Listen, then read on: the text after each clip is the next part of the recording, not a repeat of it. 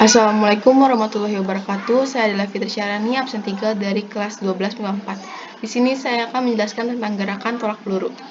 Tolak peluru adalah teknik melemparkan beban tertentu dari pundak hingga mencapai titik tertentu. Asal mulanya adalah olahraga di masa lalu dengan gerakan dasar melemparkan batu. Berat beban yang dibawa dalam olahraga shot put ini adalah 7,26 kg untuk laki-laki serta 4 kg untuk perempuan. Untuk memindahkan atau put beban hanya boleh dilakukan satu tangan saja. Sejarah singkatnya, dulu peradaban Yunani kuno melakukan olahraga melempar batu. Pada abad pertengahan pun, para tentara melakukan olahraga melempar peluru meriam. Ini adalah titik awal inspirasi olahraga tolak peluru. Kemudian bergerak ke abad 19 digelar Highland Games di Skotlandia. Peserta kompetisi ini diminta melemparkan beban berbentuk bulat yang terbuat dari batu atau metal hingga melewati garis tertentu. Sebenarnya, olahraga tolak peluru dengan peserta laki-laki telah menjadi cabang olahraga Olimpiade pada tahun 1896. Namun, baru pada tahun 1948 ada cabang olahraga tolak peluru untuk perempuan. Menariknya, teknik rotasi untuk mengayunkan beban ini pertama kali dipopulerkan oleh atlet asal Soviet bernama Alexander Baryshnikov.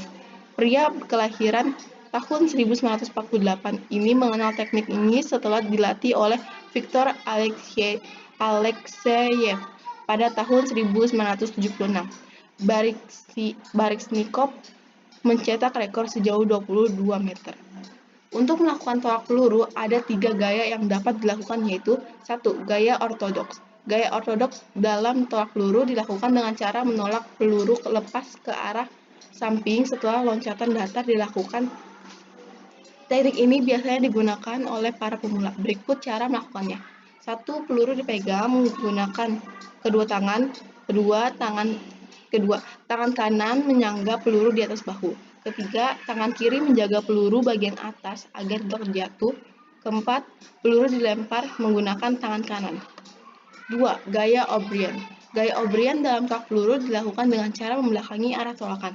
Saat melakukan gaya ini, pemain akan melakukan setengah putaran terlebih dahulu sebelum melontarkan peluru. Sehingga saat persiapan dilakukan, pemain akan menghadap belakang sebelum kemudian berbalik ke depan. 3. Gaya spin. Gaya spin dalam tolak peluru adalah teknik yang paling sering digunakan oleh para atlet profesional. Pada saat melakukan teknik ini, pemain akan berputar 360 derajat sebelum melontarkan peluru. Teknik dasar melakukan gerakan tolak peluru secara umum.